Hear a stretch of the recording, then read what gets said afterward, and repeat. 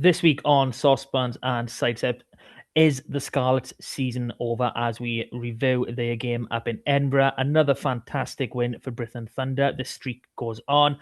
A rundown of the community game, and just join us for a laugh.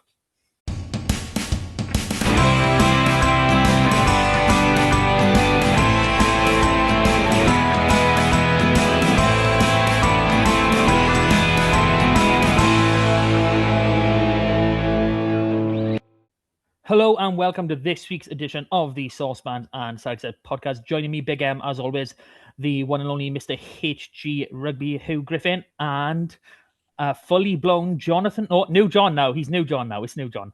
Good evening, my friends. How are we? I think it should be John Newith. John Newith. I can be John Newith. But I'd have to reintroduce you and start the podcast all over. No, you'll have to wait till next time to for a full introduction. Mm-hmm. How are you doing, Matt? I'm alright, boys. I'm alright. Yourself? I'm okay. Good. Had a good weekend. A lot of beer taken. A lot of music enjoyed. Very little rugby scene, but enough rugby to partake tonight. Enough rugby to go on a rugby podcast and talk about rugby. I think so. Just enough. So, John Newith, no need to reintroduce. In brackets. Well, you've done it now, haven't you? That's. I mean, there's no gap in John Newith, so that's a long ass fucking name, but fair play. Doing my best. What did you get up to on the weekend, Matt? On the weekend, not real much. I went to watch Edinburgh Scarlets and met a few fans of the podcast. So I'm terrible with names, and so I apologize now. So shouted to the guy who was next to me. Believe he said he lived up in Elgin, which is, a little bit further north than Inverness. So, he's traveling like well over 2-3 hours to get to this game. So, well done to you. And another guy who said he was from Glasgow as well. I bumped into quite a few Scarlets up here, and not a single one lived in Wales. They were all Scottish based. So we've got a good contingent up here, to be fair. No. Yeah, well, Pringle was telling us the story. He was on a cruise because he's international Pringle, obviously, and he's met a South African. There was a guy on the cruise wearing a Scarlets jersey. He's gone over to chat to him, and he was South African. He's never even been to Wales. Yeah, were these folks with you? Were these folks with you like originally from Wales, or were they all Scots? I can't account for everyone. The two that I've mentioned definitely were because they still had the Welsh accent. You could still hear it. But it's just great to see that, one, we had such a good turnout. And two, it doesn't matter where you go, you take the Scarlets with you. It doesn't leave you, which is, absolutely brilliant. Like, don't get me wrong, I'm all for supporting your local club or whatever, but, your main team stays with you forever. Well, didn't John Newith bump into some Scarlets fans in Germany? Oh, yes, he did. Did we talk about this? Mardi Gras, wasn't it? This was, yeah, so I was at the German equivalent of Mardi Gras, which I have to say is called Carnival. If I call it German Mardi Gras and a German person hears this, I will be chased out of the country. And yeah, my wife and I were both out. So it's fancy dress, so you're encouraged to dress in something red because that's the local colours. And so I went for it's a Scarlets tribute festival, basically. It's a Scarlets tribute festival, except most people are dressed as clowns. And we dressed, so we went in full kit down the road with said ball, and we passing it around, passing it to people in the crowd, teaching some people how to kick. They could kick better than me almost instantly, which is good. I'm a better trainer apparently than I am a kicker, and which is not a high bar, to be fair. But yeah, and we met a few people around who recognized the brand. And then in the evening, we were at a gig, and these two people were like, "Oh yeah, we're massive Scarlets fan and Wales fans, but primarily Scarlets fans." And we were talking to the wee hours about it, and I'm really sorry now because I did tell you to listen to the pod, and I can't remember your names. I'm very, very sorry about that. But they were of the opinion that Eddie James should have been playing 10 instead of Hawkins over the Christmas period. But after watching this game, I'm of the opinion that Joe Roberts should have been playing 10 instead of Joe Hawkins. So I don't know, but yeah, everyone's all over the place. You just need to wear a jersey out and about. I'm going on holiday this weekend, and I will be packing all my jerseys just in case. Yeah, well, make sure you don't take none of the cotton jerseys. You've got to keep a synthetic one. It's going to be hot where you're going. Yeah, I need to be sweating. It needs to be soaked through within 5 minutes. No, So it needs to be a pro jersey, just so it can aerate your skin at the same time. that's it. That's it. No, it was a great experience going to the game. The atmosphere at the Hive is brilliant. Is it a nice stadium? It's a glorified training ground. Right. It is literally just popped up stands. On the photo that you sent, I did see like the wood chippings around the edge. I was like, oh, okay. There's that kind of a deal. What I can say is it doesn't matter where you sit in the ground, your view will be obstructed by at least 20 pillars. Like, I saw the on pillars. I was spot. like, what's going on with them? It was literally like I was about 10 meters from the try line, so 15 meter like on the side of the pitch, I gotta say. So the big screen was right by me, where Joe Roberts scored. So it's about 15 meters away from me. I had 4 pillars in my way to see that screen. It's absolutely ridiculous. It's not a great ground for actually watching rugby. I'd be surprised if any of the coaches were looking at the field. They would have probably been looking straight at the laptops for every second of that game, because there's no way you can properly watch what's going on, especially if the play goes more than 10 meters. It looks nice on telly, but obviously, I did, because I was doing some research into stadium redevelopments in rugby, and I think that one in today's money cost them 7 million to build. I'll be honest, they seem like temporary stands. Like Probably literally, They are temporary, I think. Yeah. there's literally just steps to get up to from the, like, it is so open. Like, don't get me wrong, where it is location wise, obviously it works perfectly. It's right next to Murrayfield, so it's got all the links there ready. The food offerings there, bloody brilliant. Like literally fish and chips, pizza, hot dogs, burgers, everything. I think I could see absolutely everything. You try one of everything? Yeah. Which was your favorite? I wanted to. I had my 3 little girls with me, so had to go with the general consensus. And the general consensus at first was hot dogs, but they don't do any traditional hot dogs. They only do pork and haggis or stuff like that, which I would have loved a pork and haggis hot dog. So just like a nice sausage that's a blend of pork and haggis. That's what I think. Not a sausage with haggis sprinkled on top of it. That's what I was also thinking. would have had. Just like a Frankfurter, and instead of crispy onions, just crispy haggis sprinkled over the top. I didn't get close enough to see what they actually look like, so I'm assuming it's all wrapped into one nice sausage skin. But we ended up over with the fish, and fish was good. Fair play, little bit too crispy, but stunning. Donuts here as well. Gotta love a donut. Oof, like sugar ring donuts, like at the fairground. Awesome. Not as good as a crepe. Obviously, crazy crepes, awesome. But donuts, they did a good second.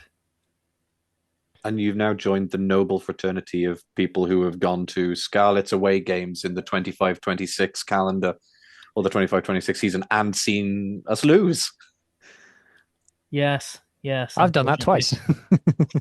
I do tell you one thing that's good about the Hive is the way it's set up. Obviously, the players leave through behind one of the posts, and they've got to go from the Hive over to Murrayfield.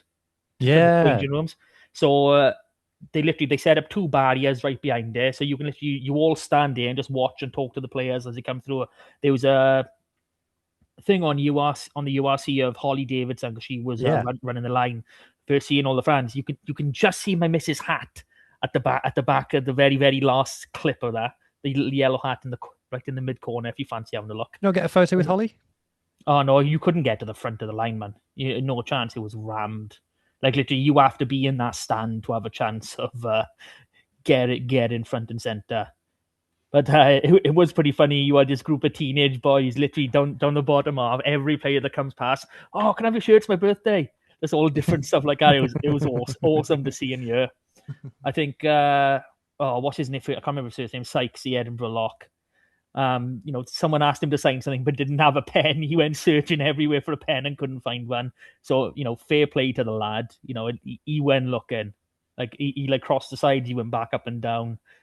So that's what you like to see. Obviously, a lot of Scarlets boys walking past. That's Really good to see. that's what I've always liked the look of with the Hive, is that it feels almost like an oversized community stadium. It looks like a community ground. It is. I think it's like half the site, like half the capacity in the park. It's something like 7.5, 8,000. Like it's really not that much. So it does have that community ground field, which I do like, but the pillars just ruin it. Like, and there's just, I'll be honest, I'm not a structural engineer, I'm not an architect, but surely you can get rid of 2/3 to 3/4 of these pillars. Like it is ridiculous. Yeah, maybe. Maybe. Architects, if you know an answer you for were the an Hive's architect. problem, are you an architect? Are you a structural engineer? Write into us at pillarsbegone@gmail.co.uk. Yes, start using Hive as your dissertation, so we can figure things out, and we can find a nice cheap way to deal with it. Can I ask the people to help with my jersey mystery? Oh yes, you can. So I've been buying more jerseys. I bought a 2017 title winning jersey as well, which I'm wearing now. We're not going to talk about that. I got this jersey, which we have whittled down to being the 2008-2009 jersey from Cougar. I'm showing for audio listeners. I'm showing the camera. It's a lovely jersey. It's the nice white jersey. And red sleeves. It was very, very cheap on Vinted, and whenever I hold these jerseys up to show the camera, I get it right under my nose and I can smell it. They all have the same kind of been in a cupboard for an awfully long time smell. It also looks like you're holding it up in the mirror to see how it would look on you, like you're trying it on in the shop. We're pretty sure it's 2008-2009. We think it's some kind of special edition because the regular home jersey, according to Google, was just red. Whereas this one has white sleeves and navy detailing.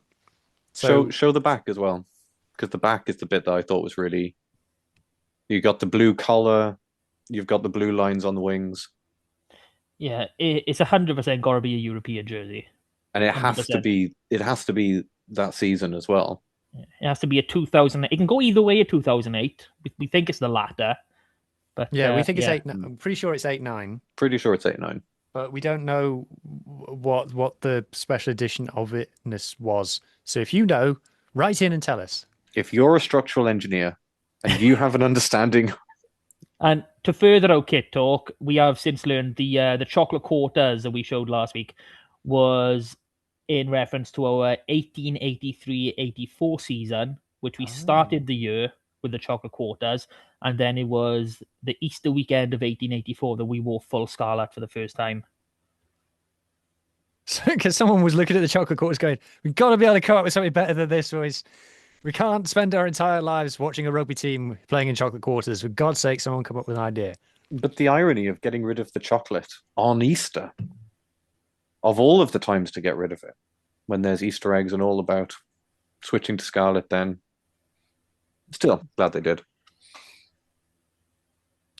I wouldn't want to be the continuation of the Llanelli chocolate boxes. So no. Okay, so I think we've gone on a bit long enough for this right now. So there was some rugby on the weekend, but before we get into Scarlets, let's talk about Brython Thunder. Mr. Who, do you want to give us a rundown? Oh, they're so good all of a sudden after having been really not that good for quite a long time. They're suddenly amazing. So they went up to Scotland and they went to Glasgow and they absolutely thrashed them. The final score 32-10. And when you consider that, God bless her, Hannah Marshall has missed the vast majority of the conversions, you realize just how much of a thrashing that is. Glasgow kicked a 3 at one point. That was weird. But yeah, complete battering. Played some nice rugby, scored some nice tries, plenty of nice tries. It's our biggest win of the season. We've now won either 4 in a row or 3 of our last, or 4 of our last 5.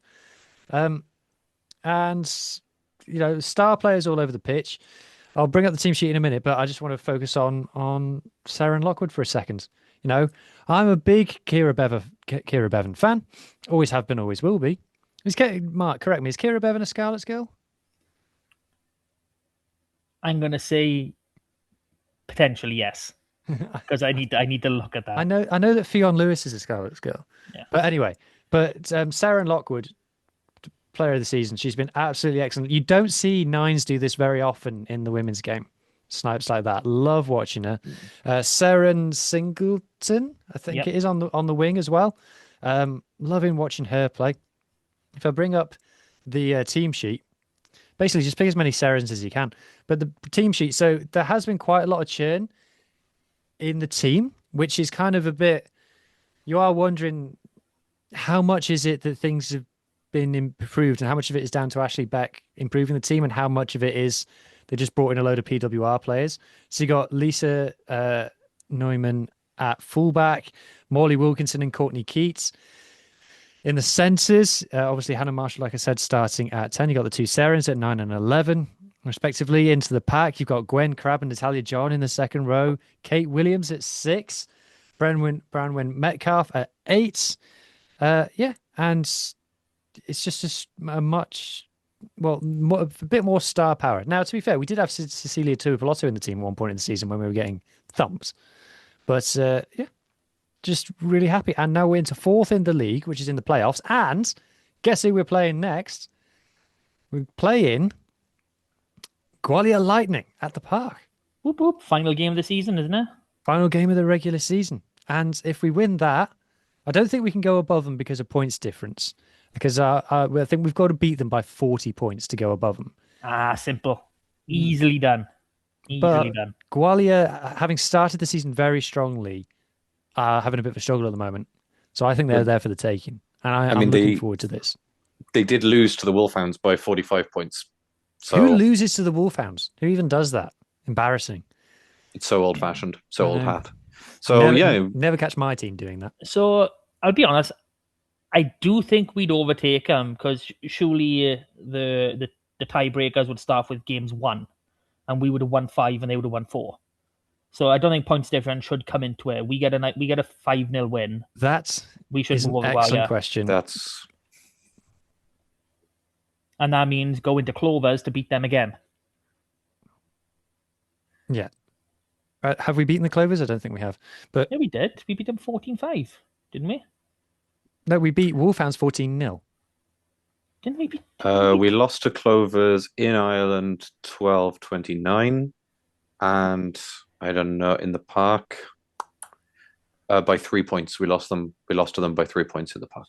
And we've got a lot better since then, so we probably are very, very possible. I was thinking about the Edinburgh game, but they're on 5 straight wins. Although we beat Gwalia, we're on 5 straight wins as well. So exactly. Boom. All to play for. Do we know where the semi-finals are? They're going to be home team. I believe they're in Scotland. Ooh, neutral. Ooh. Yeah, because neither Scottish team is qualifying, bless them. Anyway, so... oh, yeah, because I know the finals in at Hive, which hopefully... It's saying here the finals are in the Hive. The semi-finals, it says, are in Dexcom, so that's Connacht. Ireland, yeah. Yeah. Oh, good for Connacht to get that. They get the new stadium in, and then they get the semis for that. I'm sorry, I was wrong. Good for them. Yeah, well, we'll get a chance. That'll be the same week. Is it the same weekend? No, weekend after. But yeah, you mean we are out in Connacht on the 13th. The semi-finals are the 21st. But anyway, if you fancy watching a Welsh derby at the park on Saturday, 2:00 kickoff, go and support the Thunder taking on Gwalia. Get and up the Thunder, basically. Boom. Okay, now that's done and dusted. On to the not quite the main event. We're not on the community yet. So Edinburgh against Scarlets. Now, from what I can tell you in the ground, and I think we've seen on socials as well, is a lot of Edinburgh fans think they were very, very lucky to have won that game. And honestly, they were. I mean, don't get me wrong, we had our chances. We could have put the game to bed earlier. But, 3 of their tries came from kicks. From our kicks, sorry. So I think one of them was a Gario and it went just a little bit too far. Next one was the ball bounced awkwardly for the Edinburgh fullback, Jack Davis was there to collect it. I believe it was Jack Davis at least, and the ball think it was bounced. Tommy. Tommy was there, and then the ball bounced awkwardly for him, and Edinburgh countered, and then obviously the last one was the charge down on CLJ for their final try. So ultimately, Edinburgh didn't really create much from structured play, and our defence more than held out. You know, it is a shame, given that we scored some nice tries. And honestly, I don't know, I haven't watched the game back on TV yet. I do plan on getting around to it at some point. But what is the consensus on Sam Lowsey's try? Because for me in the ground, I was trying to see what I could on the screen, and I couldn't see the ball be grounded. So I can't see where the ball when the ball was grounded. So I can't see if he is in touch or not. He probably is in touch, but under the rules, I didn't think they could, disallow it. I think he probably is in touch because if you look, the corner flag is bent over. But that doesn't mean anything. If you can bend the corner flag, you can touch it as much as you want now. Yeah, but that just means part of him's touching the touchline. But I obviously, being completely unbiased, thought that it was a try. And if anything, they should have awarded us 10 points for it. Yeah. I mean, for me, under the laws, it had to be given, but I really don't think he scored that one. John Newydd, you're awfully quiet, my friend. It's I thought, well, the first thing I was going to say was I think you could see about as much in the ground as we could see on the TV or the TMO could see. It really wasn't clear. Once they give a try, you can't really, there wasn't enough evidence to overturn it there. I'm on the side that I probably think they happen in the same moment, but you just don't have a clear picture. So if I hadn't awarded anything and then I was looking at the footage, I would give no try personally. But I don't think you can complain too much about that part of the officiating, because I think it was, once you've given the try, you've kind of put yourself in the corner already. Yeah, that was nice. A major decision. Yeah, the build-up. If we hadn't scored, it would have been absolutely butchered because it was a massive try scoring opportunity. So we absolutely had to convert it. And we converted from the touchline as well. Cracking conversion that one was. No, I thought those two kicks that he had for those conversions, because we've seen for him in for Carwyn Leggett-Jones now in the under-20s as well, and in the Benetton game, he's had really good range. But the angles that he had to work with there haven't always been kind to him. No. But with still weather in Edinburgh there, as hard an angle as you're going to get on a rugby pitch, I thought he was fantastic with them. And you've got to think he's a right footer, so that was the wrong side for him. Well, all I'm gonna say, it's amazing, what you can do when you can see the posts. When there's actual visibility. Also, I got this. Carwyn Leggett-Jones, 2 starts for the Scarlets, 4 try assists. Okay. 2 against Benetton, 2 in this game. So I know we did get that try assist for both of Robert's tries, but the first one, I think it's a bit thingy calling a try assist when he passed him the ball and he scored a try. It's a try assist. Was he 65 meters out or whatever? Yeah, but he's only beat one guy. I don't know where the Edinburgh fullback was, but I mean, he's obviously on holiday for that time. He was on a tea break, but he only had Joe just dummies one player, and it's try time from 60 meters out. It is good wheels work from Joe. Yeah, that's something that was a concern with Joe a few years back when we had, his first injury to his knee and then his second one. Because obviously, if we go back a little bit further, Steph Hughes, at the time in under-20s, he looked like he might be able to actually compete, regularly with Foxy, even potentially get up to international level. But he had his ACL injury and it just obliterated his pace. And that kind of killed any chance of him becoming an international, which is a shame because he was a terrific player. But thankfully we haven't seen that with Joe. He's still got the wheels, he can still go. And it doesn't matter whether it's a 12 or 13 now. Obviously, as visual watchers will be able to see, this was Joe Roberts' first game playing at 12. Yeah, he did a good job. Yeah. I think he played well. He scored 2 tries. I think he played well. People remarking on how well he played. It was a great pass. Trying to rob Carwyn Leggett-Jones with this try assist. Absolutely disgraceful. But on the assist, I think he holds the ball just long enough to fix this man in front of him. He has eyes forward. He sells the run really, really well, and then he gets that pass quickly. Yeah, it's a great pass. Yeah, anyway. And it's just enough. It's he holds it just enough time. It's great. Tommy Lewis as well. He holds his line really nicely, fixes you were asking where's the fullback. He's jamming in hard on Lewis, running So, in. Joe Roberts, 80 minutes, 77 meters, which is most of anybody. 5 passes, 5 defenders beaten, most of anybody. 2 line breaks, most of anybody. 2 tries, 1 kick, 1 offload, 1 turnover, 1-1. Quick line out throw and 0 penalties conceded. And not conceding a penalty is noteworthy if you're a Scarlets. So, yeah, what do we think of just him? What's happened with Johnny W? Was he injured? Do we know? Yeah, he was injured for this game. He was in the excuses list at the right. on the news announcement. Okay. Oh, I didn't check the excuses. Now I've got something else I've got to go into quickly. Honestly, I was really impressed by Joe. I feel like we know he's a quality player. I feel like they used him quite a bit at first receiver off set piece. That was a bit of a surprise. I didn't expect to see him do that. I think that's just if you're playing 12 for us, you have to do that. I don't necessarily think that was a Joe thing. I think that's just a 12 thing.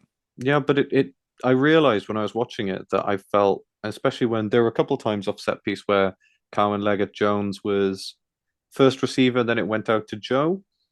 He kicked one of them, he chose run on another, and he passed another one, I think. And I realized in that moment, I was like, oh, we were talking about who's the 10 cover for this game. I think Joe was meant to be the 10 cover for this game. Like, I don't know. I felt like he was pretty handy when he was put in that first or second receiving position. And like you say, that's just how we use our 12s. It is. It's just a string to his bow that I wasn't expecting to see, that I was really pleasantly surprised by. Yeah, but it's one of his best games of the season. I really enjoyed watching him. And then someone else who I really enjoyed watching was this guy, Captain Josh. 18 minutes, 29 meters, 11 out of 12 tackles, 9 carries, 8 passes, 4 turnovers, 1. And some of those were literally try savers. 2 line out takes, 1 offload, 1 defender beaten, and 0 penalties conceded. Again, he's just great. I don't understand why people don't understand how great he is. It drives me mad when I see people saying there's no out and out sevens in the Wales squad. Like, what? What? I'm surprised it's only 4 turnovers that are there. It felt like he had 7, 8, or 9. He was absolutely everywhere. He was maddening. Like, even in the ground, it felt like he was responsible for absolutely everything. Yeah, and again, and there were moments where the whistle went, and I couldn't really tell what happened. And then suddenly, Josh McLeod just a red scrum cap just floats up like a shark's fin above the water, and he's just got the ball in one hand. You're like, where did you even come from? I have to rewind and go back and try and find him entering the ruck. He, like, absolutely everywhere.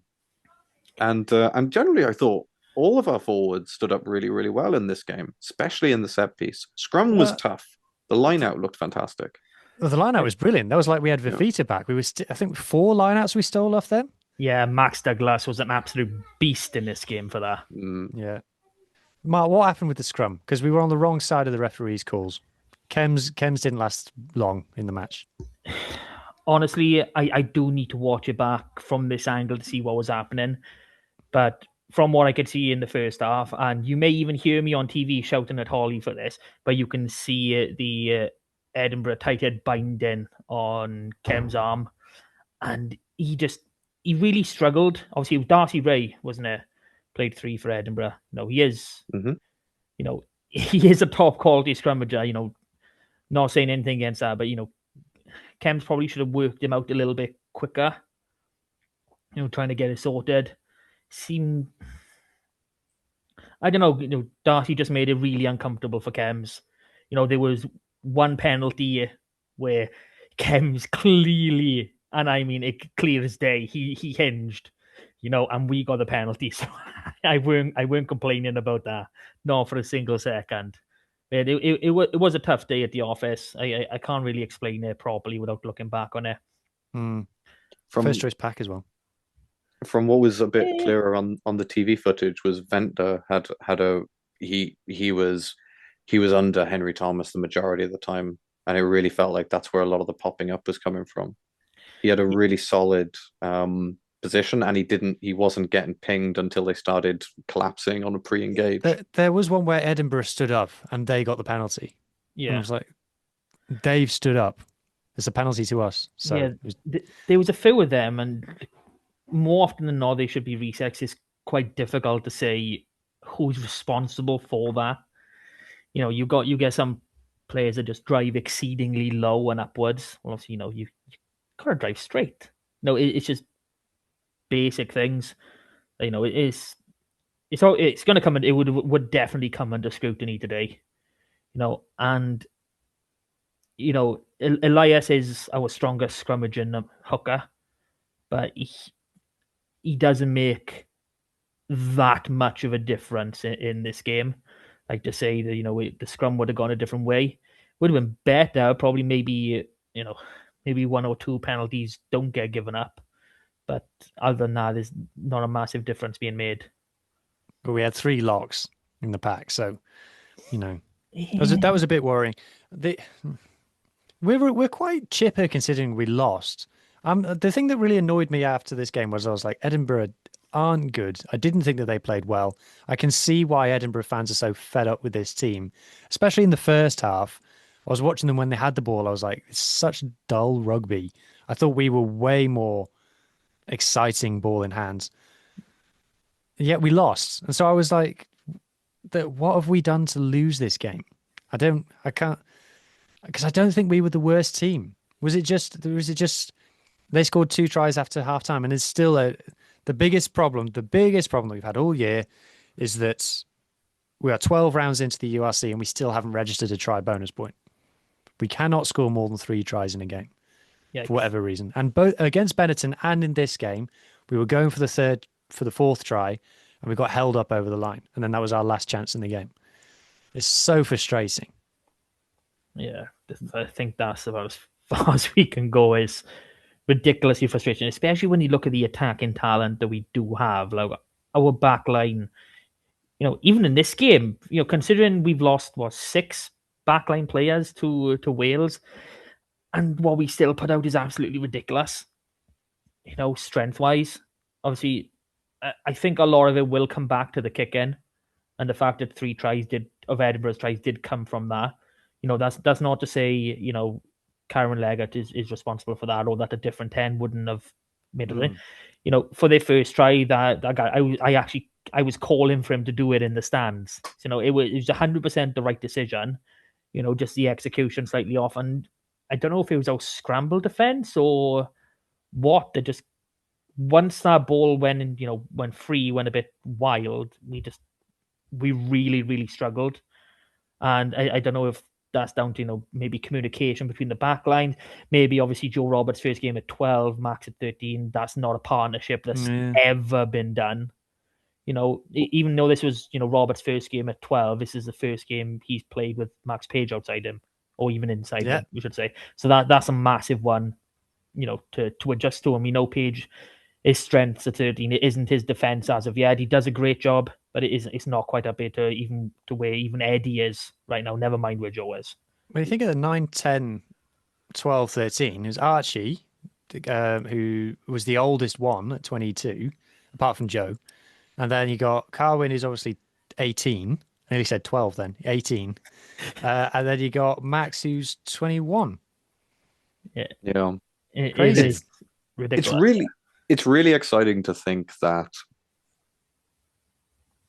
the majority of that backline can be our second choice backline next season.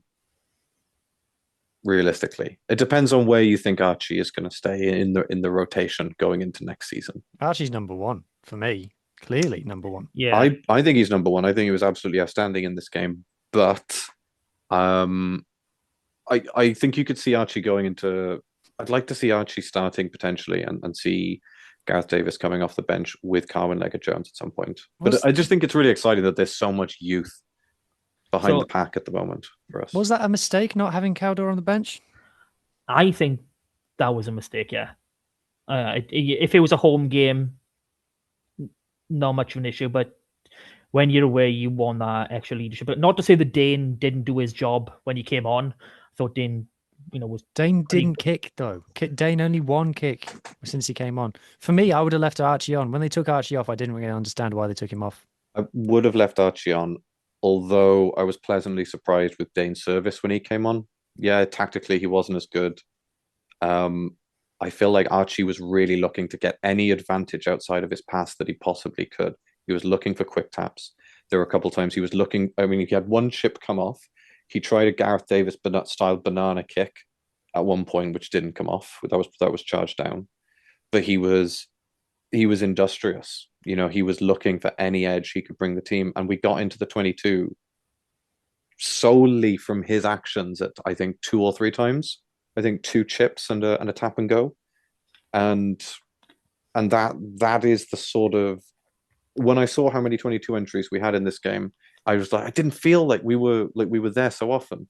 We generally, the attack stumbled after we got there, but he is getting us into those positions, and I think there's a lot of analysis to be done on what did we do once we reached those positions. But he was starting him seems to be worth at least 5 or 6 22 entries in itself. Yeah. He does cut those lines really well, and that's on the list of him. I do have to slightly mention he has had a birthday since we've last played, so he's now 23. Oh, old man. He's now, so basically, in the summer now, he'll finally stop being an academy player. He can finally be called a first team player. He's a full pro, even though he's got a contract now. He's full pro age in the summer, so that's nice for him. Good. So, are we saying we're quite satisfied with the performance, even though we've lost? I mean, if you're talking about the review on Monday, what the coach is saying went wrong. They're saying a couple of transitions we didn't handle, so that's a bit of scenario in training. There's we got held up over the line again. So, what's his name? Albert Vandenberg is working on crossing the line from pick and goes, and don't get charged down, Carvin. That's it, really, isn't it? Yeah, more or less. Probably, probably a bit more work with whoever it is, whether it's Jared or Dwayne, on the attack, on trying to become more clinical. Because the amount of 22 entries we had against this Edinburgh, it's not too far fetched to say we should have been, striking at least a try every other, if not 3 tries from 4 entries. That's what you're going to say. We should get at least a try every entry. at least one. At least one per entry. Well, on that, I'll tell you 2 reasons why I feel really, really chipper coming off that. You mentioned Joe Roberts had a kick. It was a hell of a kick that he had, because that was one where he was in second receiver off a set move, I think. He kicked long. Tommy Lewis chases it. The bounce just doesn't favor him, and it was an ugly bounce because it hit the ground and just shot straight up. Like he just didn't have a chance to get it. He timed it perfectly. If that bounces in any other way, Tommy Lewis is, on my money, he's under the sticks. Yeah. But instead, it gets taken by, is it Patterson, I think? Yeah. And that becomes a counterattack. That's the Magnus Bradbury try. So that's a 14-point swing at that point in my mind. Yeah, because it was 14-0 at that point. We got 21-0 there, and Edinburgh did not look like scoring. No, there's the Velicott try, so it would be 21-14 then. Yeah. Is it? Yeah, Velicott was the first try they had. That was their second try. I'm pretty sure. Second. Yep. Yeah. No, but they didn't look like they were doing anything really to threaten us. So I think, depending on how the first 10 minutes of the second half would have been slightly different, I think that one moment could have been game over. Obviously, this is pure speculation. But I think, considering the amount of boys we do have away, we got some injured as well. Obviously, I think Yori Badam would have, been on the bench for Gabe McDonald if he was fit. We do have an embarrassment of riches in the quality of players we do have, especially behind that first choice. Like I know you've already said, it's stupidly exciting that this could be our second choice backline. But yeah, the criticism of it's not even criticism, but like what's the word I'm looking for? Like the difference between our first choice backline and our second choice backline is literally age and cohesion. Like, yeah, that's it. One's international, one's club is basically. Yeah. Or one's academy, which could easily become international at some point. One's international, one's academy. It's fair, but it's ridiculous. And obviously, one more boy we haven't mentioned yet, Ewan Jones came on to make his shout out. debut. Well, he looked good when he came on. Fair play, he took every high ball that came his way. He looked solid, and it's it's making it more wrong every single time we try a new back three player out. Every time a back three player comes in for his debut, it's like, shit, this guy can play tour. We're now up to what? 8 back three players that could really be contesting for the first team place. It's like, what Why are don't we you going to do convert with to them all? lock, please? No, Yeah, well, I think Ellis Me 6'4". He could maybe do a doable. Put him down as a maybe. he might have number chucked another 8. 20Ks. Number 8 as a position is overrated. I say we start dropping them back as a second fullback, and we just have 4 players in the backfield. That's my plan. Well, if New Zealand get their way, it won't be long. Then we'll just have a shit ton of centers and back rowers. Centers and back rowers are pretty much the same anyway these days. Exactly. Mm. And hookers heading that way as well. Otherwise, I feel like Carwyn Leggett-Jones in general, like really, really, really solid. I liked his tactical kick in. His kicking from deep, but I thought when he chose to kick, it was the right decision to make that kick. Execution wasn't always there, but the decision was the right decision in my book. Yeah, I mean, obviously we know we like his low and hard kicks. Maybe he needs to have a bit of a chat with who's our kicking coach. Do we have a kicking coach? Do we have a kicking coach? Probably Sneddon is probably the closest thing we've got to a kicking coach. If he's not actually named that, he is the only person that's ever played 10 in our coaching setup. Maybe that style of kick wasn't ideal for the charge down. Maybe he should have been looking for more, high and out rather than low and drilled. But it's hard to say whether or not the result would have been any different. Would the charge down happen? Would it not? And obviously, Ranger kicking is something that we want from our 10, and he does bring that. That's probably maybe one thing he doesn't show at that type of kick as much. Obviously, he is better at that drilled one in behind. He got ran out a lot in this game as well. Yeah. Made his tackles though. Yeah, 15 out of 17 tackles, 13 out of 15, something like that. He was our 3rd highest tackler, I think, 3rd or 2nd highest tackler. And that's Edinburgh going after him. They're like, oh, they've started an 18-year-old at 10, have they? We'll see about that. And he was. And one of his missed tackles, I noticed it, was not like he was bounced off or something. He just went a little bit too low on a guy. He was properly going at him, properly going to chop him, but he just missed it by about, I don't know, 10 centimeters. But it's like he's fronting up for it, and good on him, frankly. Well, when he has got Sammy to learn off, Sam's a very, very low tackler though. If you look at Sam's tackle, because up to track above and below the hips, Sammy's just below the hips every single time. Sammy doesn't go high. All our backs rate really highly on that metric.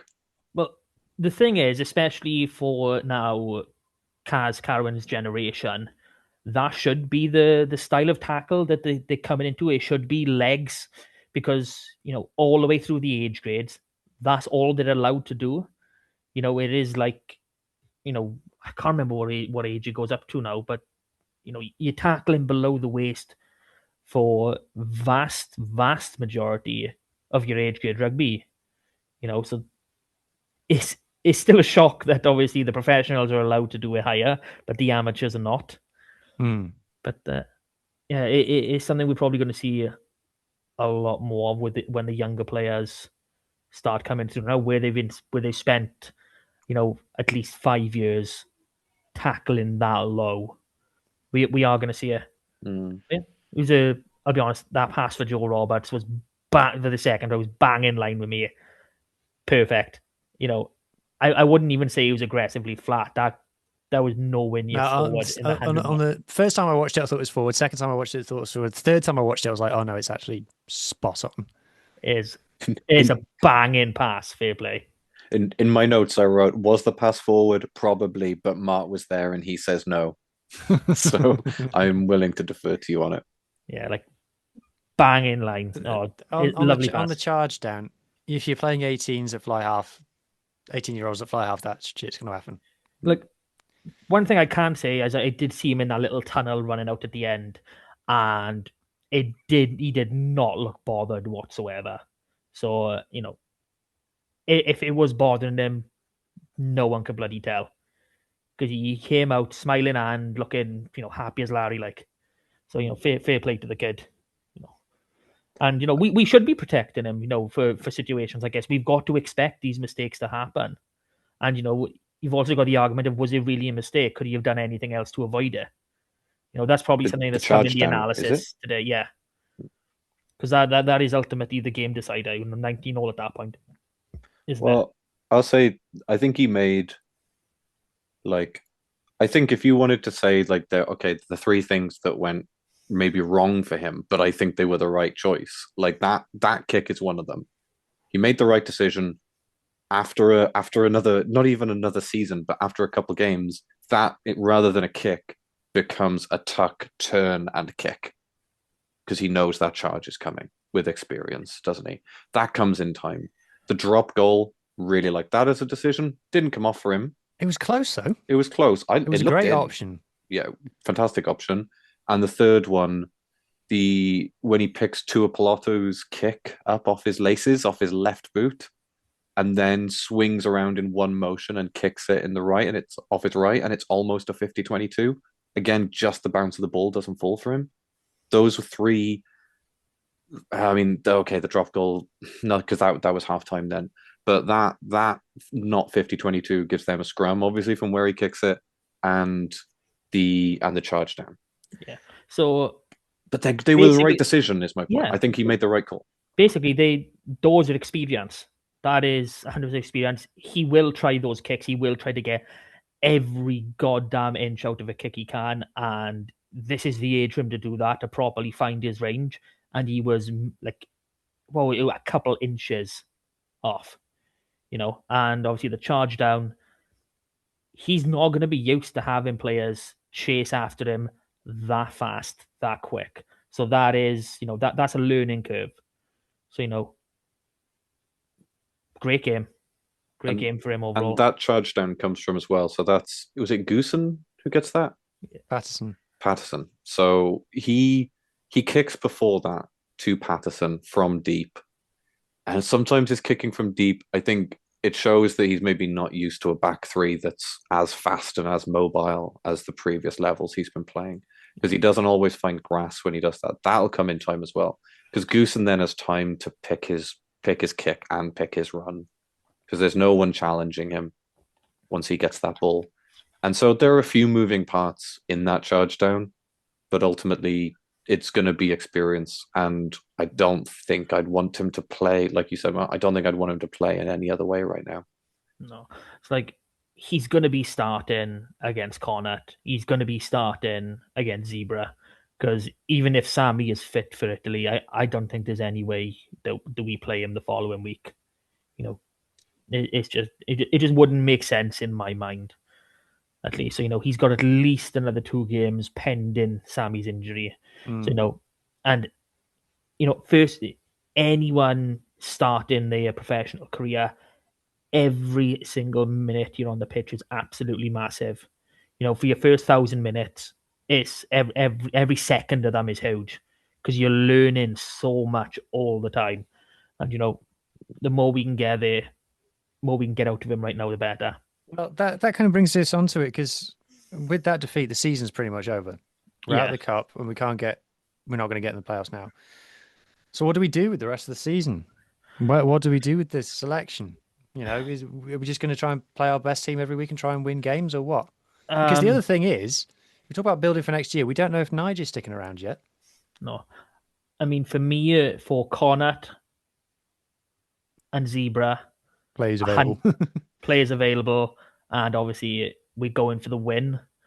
Once those games are done and dusted, obviously we'll have a much clearer idea of what's going on. I'm really, really annoyed that we haven't played Harry Thomas off the bench in either of the last 2 games. And I know they can say, Benetton, we were drawing, we were going for them, we wanted up. No, bullshit. You put the kid on. Like I hate the fact that you have players on the bench, especially young players who have started a game this season, and you're not playing them. It's the exact opposite of what we're doing with Carwin. We're giving Carwin all this faith, saying, "Look, this is your shirt. You're going out and you're doing it."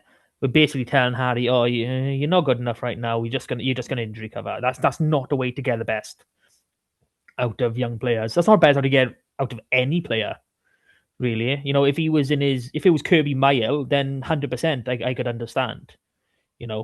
But for a kid, it's just not the right move to make.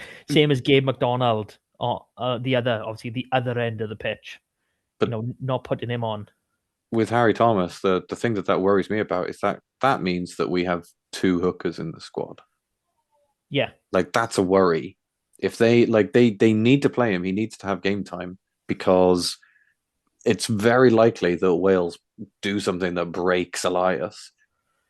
Something happens. If he's injured, then suddenly we're in the situation where Harry Thomas is going to be riding the pine for the rest of the season, and we're just going to milk as many minutes out of Marnus as we can before he's off to Munster. Like that doesn't sit right. We are literally talking. We've got the way the games are structured now for the rest of the season. I mean, you probably could get away if we don't make the playoffs. Obviously, that is really up in the air. Like we have really low chances of getting there right now.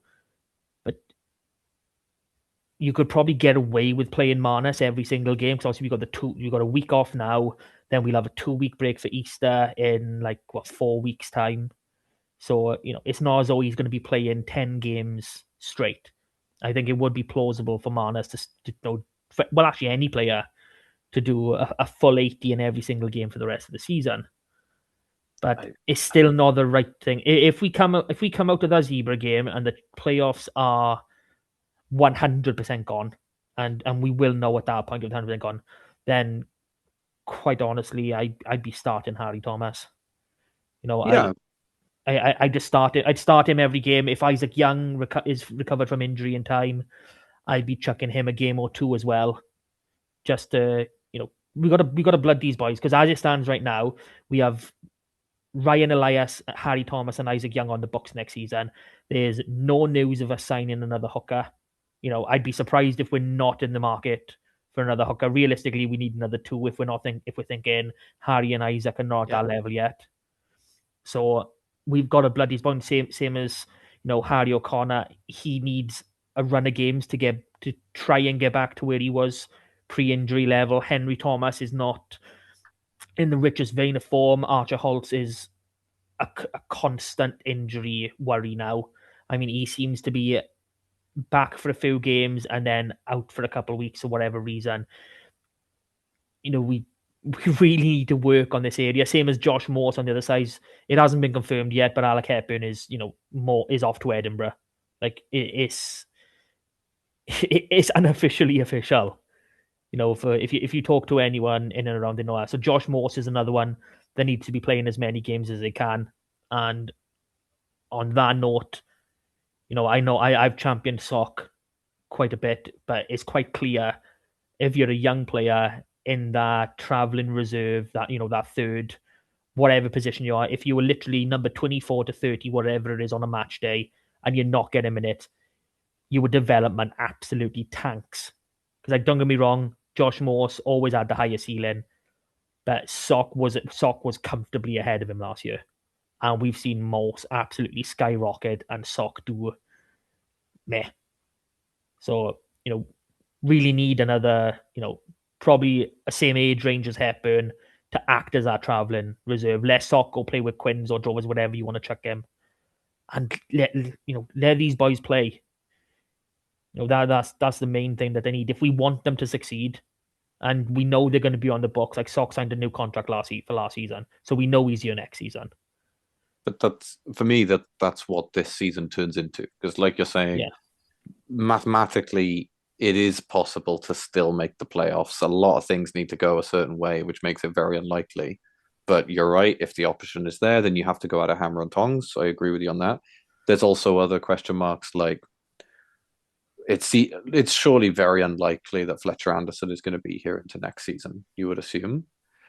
So where's our recruitment coming in eighth? But when you think about young guys like Harry Thomas, this should be the time that they get game time. Realistically, we know that Marnus isn't going to be around next season. So yes, you can get your value off his contract and you can play him a lot. But if he goes and you're just left with a vacant position at 2 or 16, like you haven't actually used him properly as a resource. And then so for me, it's just like this is almost preseason now. Like this is building for next year. Yeah. I would like to see, again, pending these two results, I would like to see us pull in Will Evans, Ocean Williams, possibly Dom Kossuth, if number 8 is going to really be an issue, because he is a man, like, I know Ocean Williams can cover 6'8", but he is more primarily a 6, at least from what I've seen so far of Whatever him. happened to Ben Williams? He's still playing with Quins. He's still doing a job at He 7. started games for us at 8 last season. Was it last season or the season before? Yeah. Oh, It was a Teddy. before. Yeah, season before. It was a Teddy Leatherbarrow season. Carwyn is linked to Biarritz. Yeah. We're getting back. If we're losing Fletch, get Carwyn back. What are we doing, boys? Come on. Anyway, so yeah. Is what it is. What do you think, though, Hugh? You didn't say your opinion. What does it mean from here on out? No, I agree with you. You play your strongest team for the derbies, and then everything else is dropping 2 or 3 boys in as and when. Set them up to succeed. Don't put out the drovers. Put out a decent enough team. But there's no, if you've got nothing to play for, there's no point just playing the strongest team every week. I know we haven't got a massive squad, so as in terms of second rows, I guess what boys you're playing, but it's yeah, I just agree with what you guys have said. To be honest, just on transfers, none of the Welsh regions. The only rumour that's doing anything is Christchurch to Cardiff. There are no transfer rumours for any others. Like Dragons are losing Tinas de Beer potentially. A lot of their players are on short-term deals anyway. They should sign. They should sign Johan. They could actually do something with him, I would say. Johan Lloyd. Yeah. He's sat on the bench at Cardiff these days. Played wing for them. His last start was on the wing. Yeah, he should go to Newport. But you can't blame anyone with the environment around at the moment and the tone of everything. But if I was going to set a goal for the end of the season, I do want to be the best of the rest. If we can't make it up to 8th, I do want to see us around 9th and 10th. And I think it's going to be a big ask for the Ospreys to make it into the top 8. Dragons, they're in more or less the same situation as we are. If you look at who's in that top 8 now, Bulls are 8th, and Bulls are only going up. So you're asking, unless they come play us, when they come play us. Yeah, even considering their guaranteed loss against us. So if you just look at the URC table, obviously Glasgow ain't going anywhere, Leinster ain't going anywhere. Cardiff look like they've got it done, 40 points. They had to get that win against Leinster. They got it. Munster aren't dropping out of the top 8. They've been pretty average last few games, but they're not dropping out of the top 8. Stormers are going to pick up enough wins to get there. Ulster are genuinely decent, and Lions and Bulls. So you're like, okay, who's dropping out? And yes, it's only a 1-point difference between Bulls and Ospreys. The Bulls have got a game in hands, and by the way, they've just won 4 games in a row. So yeah. They've completely flipped the script for their own season, which isn't great. And you got the Sharks down in the bottom half of the table as well. So the thing is, we've got a game in hand over Dragons, but we are 4 points behind them now. Honestly, being brutally honest, it feels like we're in a race not to be bottom Welsh team. And do a JD2 handoff, Hugh. There you go. Oh, I like Fuzzy Hugh. Fuzzy warm Hugh. There's something up with my tripod stand where it's gradually drops. So when you get the silver there, that's the top of my laptop. It gradually drops. It's below. getting sleepy. Yeah. It's drifting off. I think I want to be above the dragons. Yeah. Although to be fair, like there's no shame I think in being below any of the regions, particularly this season. Like everyone except us has been sort of outperforming. It feels like. I just don't want to come bottom of the table.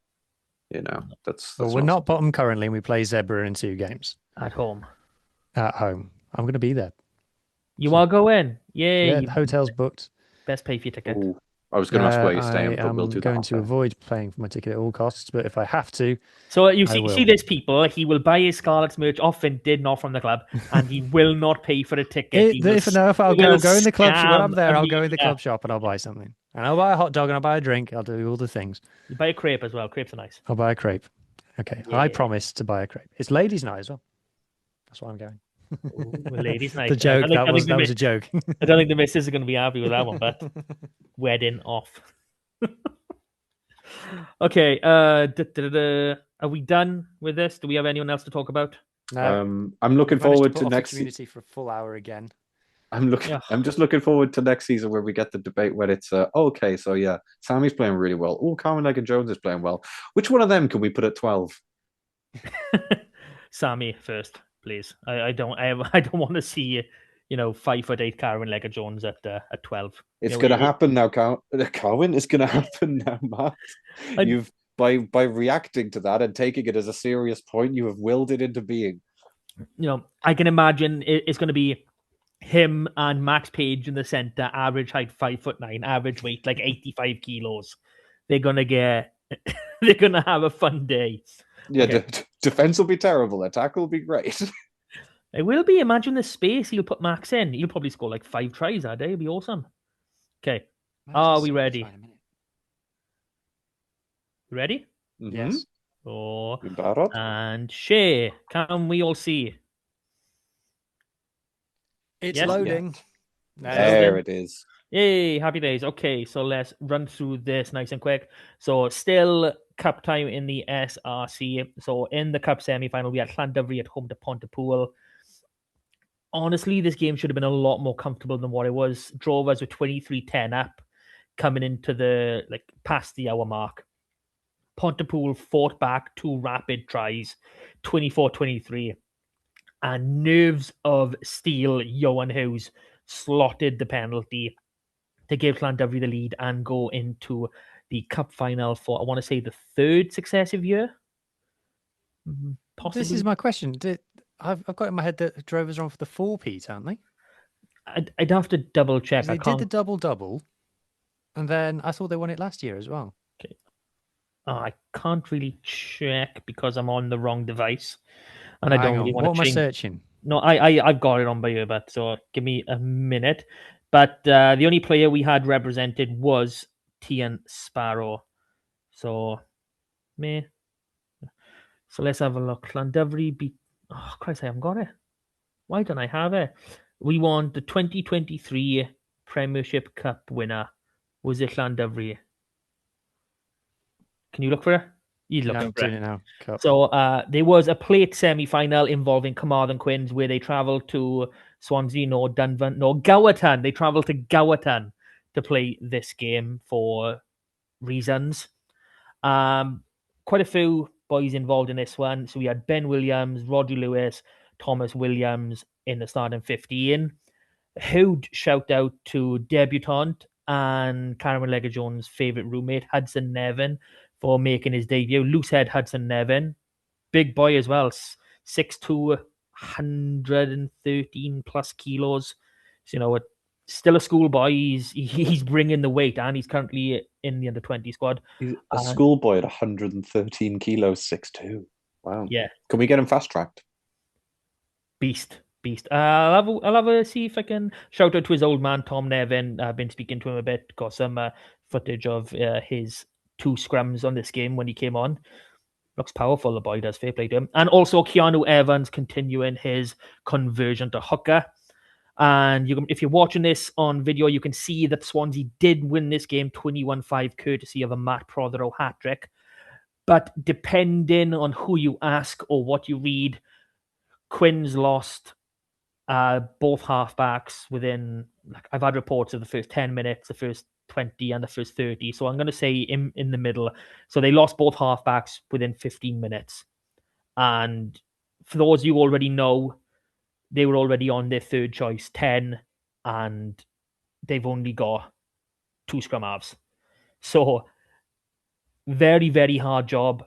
The fact that they kept it, 3 tries to 1, this scoreline, considering we had no halfbacks, was absolutely brilliant. We play in a 13 at 9 and a 9 at 10. This is, that's how we went. So, great result from Moyes. I haven't actually filled in the away. I tell you team. what, this is is ungoogleable. This stuff. It's a nightmare trying to find this out. But I believe that the 2023 winners, the finals between Cardiff and Newport. Okay. But I believe that the Drovers are looking for the three-peat, because I believe the Drovers won in 2024, 2025. Yeah. And they're going to win again against a team that everybody hates. So the game this Saturday is going to be, and we learned today, so 5 days before the final, we learned that the game is going to be at Cap, and it's going to be a 5:30 kickoff. Llandovery against Newport. Newport, the team that screwed Quins in the first round and tried to screw, and actually probably successfully did screw Ebbw Vale in the semi-final. You boys already know that. They, obviously, there's only short notice for these semi-final games anyway, but with help from the WRU, they changed the date of the game from the Saturday to the Sunday for nefarious reasons. They couldn't get people to replace football posts for rugby ones within 24 hours. Yeah, great reason for that. But no one told Ebbw Vale. They found out on the Tuesday evening through Newport socials. So, that's great. This feels like the sort of stuff that we should be throwing out the word allegedly in a few times. Well, in terms of the Quins, the game board actually came out and said the game should be replayed. So, that's a fact. End of. There's no way the game board, say a game should be played if they don't believe things have happened. And, in terms of changing the rugby post over to football post to rugby posts, because you don't have the men to do it, call the team you play in, see if they can help. That's the first point of call. You find ways around it. That's very good advice. You don't go to the WRU without contacting them in the first place to say you're looking to change the game. Is there a podcast we can listen to get all of this in more in depth? It is an SRC podcast. You'll probably be coming out late Wednesday evening, Thursday morning. You'll probably hear a lot more about that. Don't get me wrong, we're going to stay as neutral as we can, but there's probably going to be a fair bit of Newport bashing in this episode, just because the two teams they have screwed over are Carmarthen Quins and Mr. Rob Reese's Ebbw Vale. So there's going to be a fun one for Newport fans to listen to. Obviously, they shouldn't be listening to this, but they're fans of another region, so of course they're listening to Scarlet stuff. Llandovery Newport at Cap, 5:30 kickoff. It's a double header that day. The plate final is on at 2:30, £15 a ticket. So get down, 2 great games of rugby. Rapid fire now. Okay, in the Premiership, Narberth winning 30-19 away to Cardiff Med. Huge win for them. Clefley Wanderers 12-33 loss at home to Bather. Bather are on absolute fire this year. The Wands have had a tough season, haven't they? Wands have had a tough season. They are down in that relegation battle, but I'm hoping they'll. I think they're just above it. They'll come through. They'll come through strong, and they'll go on to bigger and better things. Fixtures this week: Wands are travelling to Bargoed. Llangennych back in action at home to Cardiff Met. If Narberth can do it away, Llangennych should do it at home, and Narberth at home to Merthyr. That's a tough one. Championship West: Amford winning 34-10 at home to Gleneath. Aberystwyth going down 43-21 away to Bonamine. Crymych getting the first win of the season, 25-24 at home to Tata. Well done, boys. And Newcastle Emlyn going down 45-29 away to Trebanos. This week we got Aberystwyth at home to Ammanford, Crymych travelling to Gosainan, and Newcastle Emlyn hosting Dunvant. Into 1 West, Kidwelly 19, Vellenvoyle 18, Buddyport 33-15 winners away to St Clears, Larne taking a battering 54-17 away to Swansea Uplands, Lampeter beating Tenby 26-24 away, and Hendy going down 31-35 at home to Arlyth. Fixtures this week, we got Lampeter at home to Tenby, and Arlyth at home to Swansea Uplands. So I do have to point out now that from all Division West and down, all these leagues should be finished now. If you look at the WIU scheduling from last summer, the last round of league fixtures for these divisions was 28th of February. So, guess the leagues are over now. Not as if teams have still got in excess of 5, 6, 7, 8 games to play. I'm not bitter at all, but there. So down into 2 West, and some massive wins here. So start off with the biggest of them all. Aberaeron 114-0 winners away to Betos. Betos are the bottom team. You kind of seen a year, and Aberaeron, I believe, are now up into 3rd. So destined for promotion if they can come through some of their tougher fixtures against Lacha. Fishguard 30-19 winners at home to Pencloud. Lacha winning 33-27 at home to Nancaredig. The other big result, 2nd place Ponta Delice at the time, and 3rd place Carmarthen Athletic. 38-0 to the Athletic, just smashing Pringles Bont to pieces, absolutely destroyed them, and they are now comfortably in 2nd, and I think they're only 7 or 8 points away from securing promotion, which is absolutely brilliant. Last game, Whitland 7 to Christ 26. Fixture this week, we've got Carmarthen Athletic at home to Whitland, Betos travelling to Fishguard, and another May, Ponta Delice at home to Pencloud. 2 West Central, Brynaman 42-6 winners at home to South Gower. They will be travelling to Puthcall this week. Over to 3 West now. Most games postponed. Hartford West winning 57-0 away to Trimsaran. Tumble winning 57-8 at home to Milford. Fixtures on Saturday. Hartford West at home to Nail at Llandilo hosting Cardigan. 4 West A, Newcastle Emlyn-Dreigiau 50-10 winners at home to Llanybydr. Pembroke Dock Harlequins 29-19 away to Llangwm. Pembroke 20-32 loss at home to Pontyberem, and St David's 27-14 win at home against Tyrone Crimech. Newcastle Emlyn-Dreigiau are hosting Pembroke Dock Harlequins. Llanybydr hosting Tenby Athletic. Llangwm travelling to Pembroke, and St David's travelling to Tyrone Crimech. Over into 4 West B. Another postponed game in here. So we've got Binya 41-35 winners against Pennybank. Kevin Nathan losing 43-0 at home to Llangadog. Pantavannan taking a battering 78-19 away to Fall Bay. Tregaron winning 33-5 at home to Pont Yates. Saturday's games, we got Fall Bay at home to Pennybank. Tregaron travelling to Llanderby, and Pont Yates hosting Llangadog. Over in the women's games, Buddyport's match away to Annesty was postponed. Buddyport will now be hosting Carnarvon in the Premiership on Saturday. Championship, Haverfordwest 37-12 winners away to Granada, only game the win ahead. Haverfordwest v Lampeter this weekend. No games to speak of in West Wales division. Pembroke v Tumble on this weekend. Quickly into the youth levels, because it is the WIU Cup. These are all quarter-final games. So Arm United winning 13-0 at home to St Albans. Into the plate, Furness 56-0 at home to Caerleon. Newcastle Emlyn 23-22 winners away to St Gennydd. St Clears 57-22 winners at home to Lacha. Down in the plate, Vellenvold 24-10 away to Gilvercoch. Pennybank losing 36-0 away to Penalta, and Lampeter winning 23-22 away to Cwmbran in the Shield. So we got, what was that? 1, 2, 3, 4, 5, 6, 7 teams playing quarterfinal games. 6 have made it through. We've got 3 semi-finalists in the plate competition. So we're going strong at youth level, boys. We're going strong. That brings the community game, unfortunately, to an end. Oof. It's over, boys. How are we feeling? Punch drunk. Refreshed. Yeah. Okay, let's have a look at whose little agenda here. Other news. It's so diminutive. Use little agenda like you don't approve. It's the only thing that keeps you on the straight and narrow, and you know it. Yeah, I've been kind of mean to him. I made fun of one of his drawings earlier in the group chat as well. So I'm sorry. The loving will come back from the neutralness will come back in tomorrow. To be fair, you focused too much on the win-loss-draw thing that he drew on the table. You ignored the fact that he recreated the table so accurately before that. Yeah, but I think that was like a chat GPT job. I don't think he done much. Sorry, this is only for us. We're talking about the group chat now. Sorry. Yeah, we are.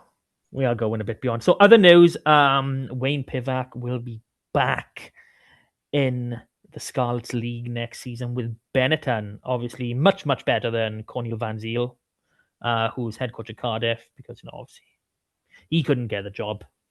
But yeah, Pivac on a 2+2 at Benetton.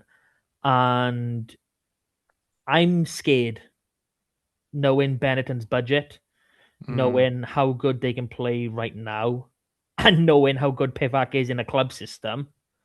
I'm scared. I don't think it would be too far fetched to say that we could see Benetton breaking top four within the next couple of years. I think that's very likely. Yeah, I think they should. They probably should be there already. To be honest, I think they've been underperforming for a long time, and yeah, I think it's a great appointment for them. And I think the Benetton's a job just waiting for someone to do well in. It's a great place to go and live. It's an affluent area, rugby mad, and like you say, it's a club with budget and ambition. You're gonna have the majority of the Italy squad in there. You're gonna have money for overseas signings. I think I don't know if he'll make an immediate impact, but I think he's going to make an impact. He's already got some really good players in that squad that he can use to play in the style that he wants, which is good. But when you think about, they are bringing in, and you've kind of, I forget this. I think a lot of people forget this. You are bringing in a Six Nations winning coach. Now, how Wales won that Six Nations, that's a point for conversation another day. Yeah, But should be a Grand Slam. I agree. Getting more wins than anybody else. Sorry, everybody else was shitter than us. We were. It was a Grand Slam for like 4 games in 78 minutes. It was great. Probably it was. I bought the commemorative jersey from that campaign because I could never let it go. So I have and it's perfect, right, for the Jam Slam, because the jersey is not designed to have the pencampwyr like put across the chest, so it irritates the nipple when you wear it, which is the perfect metaphor for the tournament that it's commemorating. Wow, that's deep stuff. That's real deep. You have to put a plaster on it before you put it on. He's going to be great, and I am concerned for us. However, I think for Benetton, for Italian rugby, like, this is one of the best signings they could have brought in, I think. And I'm kind of surprised when you list all of the benefits for coaching Benetton. I'm kind of surprised that there aren't more high quality, high caliber international coaches sort of clamoring for that sort of position. You would have thought someone like Razor would have been a really good fit for something like that. Yeah. Bring him up north. I mean, I think, obviously Benetton and Zebra are possibly the only 2 clubs in world rugby that you can actually go and build a world-class squad, because I don't think there are many restrictions. That's not what Zebra's role is. No, but as in, there's no other restrictions that Ireland or Scotland or Wales or England or France face in terms of squad makeup and things of that nature. We've all got, Christ, there's arguments now about obviously lowering the number of NWQs. We've already got to go through, obviously, the WRU to get a sign off on that. So they are the only teams in world rugby where they're playing a good enough quality to attract world class players. They're one of the few clubs that will get the budget to do that.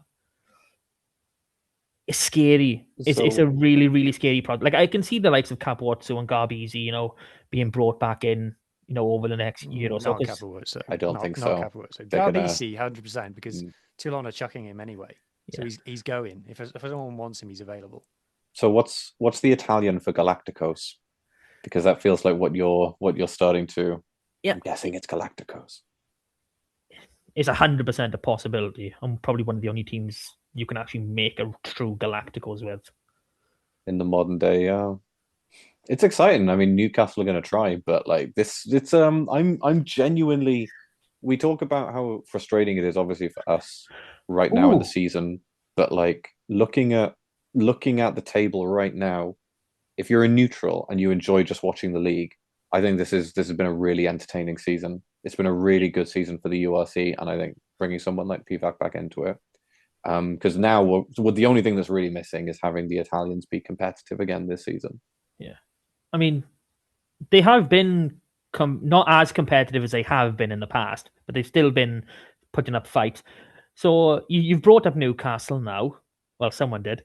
Castle knew with. Does Stephen Jones go back to Benetton with Wayne Pivac? Go back to Wayne Pivac at Benetton?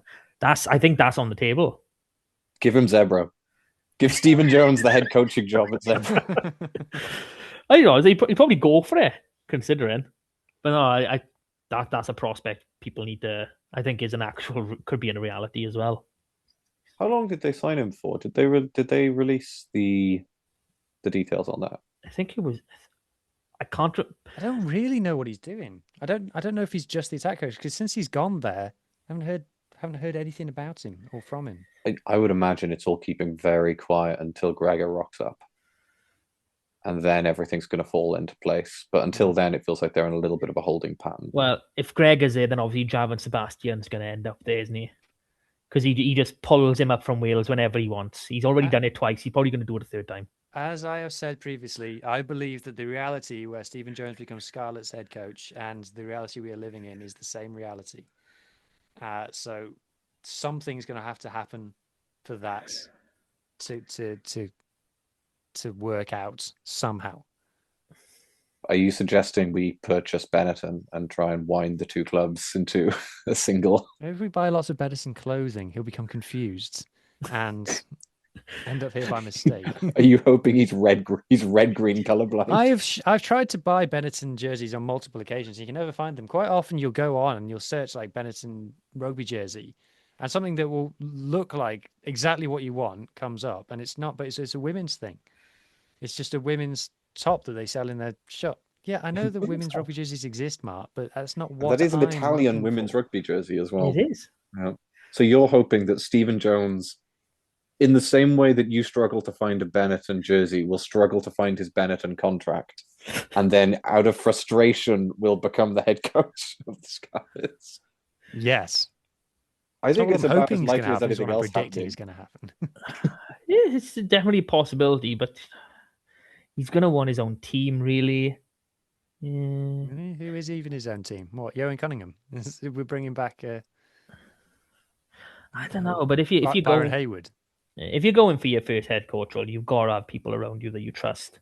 I mean, they probably keep Dwayne. Dwayne doesn't have to leave. Just keep Dwayne. Just bring Stephen instead, as well. Stephen and Finage. I don't think it will happen, but no. I think Stephen will need to have a head coach role before Scarlets. I think once bitten, twice shy sort of thing. I don't imagine Stephen sticking around at Newcastle with Gregor coming in after the World Cup. So I think that's the window. If we are truly on board with and I do have to say I do agree with you. I do believe that his trajectory ultimately is coming back to Claffey. I think you have to watch how Newcastle handle integrating Gregor into the system, because he's obviously already part-time coaching or something down there. So is Stephen Jones in there kind of keeping everything together? Is he a link there? Is he filling in basically until that happens? So we have gone well off topic here, but this is within remit. We're a Newcastle Red Bulls podcast / Scotland / Benetton fancast. Yeah. So what you're saying is Stephen Jones is kind of interim head coach. What he's doing right now, he shows he does a good job over the next 18 months, and then Scarlets, look, I've done a head coach job. You can hire me now, and that's how it all pans out. And if that's how I'm trying to sell it to Hugh, yes, I'm not 100. To me, this whole thing was my idea. No, it's just what I'm saying. If I'm trying to convince you that I'm on your side with this, which I am on your side, I don't know why I'm using words like convince and plan and idea. And plotting and overthrowing and a coup. You need to come closer to the mic. We can't hear you. So not to be on my side would be mental in this scenario. That is true. Everyone, I love Stephen Jones. I would want him to, I would desperately love him to come back. But I think that's the most likely situation. I'm going to look up and see how Newcastle are actually listing him. Castellsnewith.com does not take me anywhere. So, yeah. It should. Well. By the time he's done with them, they will be Castanear with. All right, then. Do we have anything else to discuss before shooting off, boys? Connacht, no? Are we talking about Connacht? No. We'll be back with you after the Connacht game. It's not for how many weeks now? Two. Is it? 2. 2. Yeah, no. So we'll beat Connacht comfortably because we're just that good. And Carwyn Lega-Jones has played an extra 80 minutes, so he's now like almost international level. Carwyn Lega-Jones, after this week, has essentially increased his minutes by 100% for the Scarlets. Almost. He's had a few minutes off the bench now. Come on. A few. Well, boys, thanks for chatting shit for an obscene amount of time. Listeners, you made it this far. Please like, share, subscribe, comment, interact, talk to us about this jersey thing that we're all confused about. Tell us we're shit. Tell us you'd agree with us, whatever. It'll be fun. Hype, look at the shop if you're on YouTube or whatever. And we'll do it all again next week. Thank you, boys, and goodbye. Bye. Bye.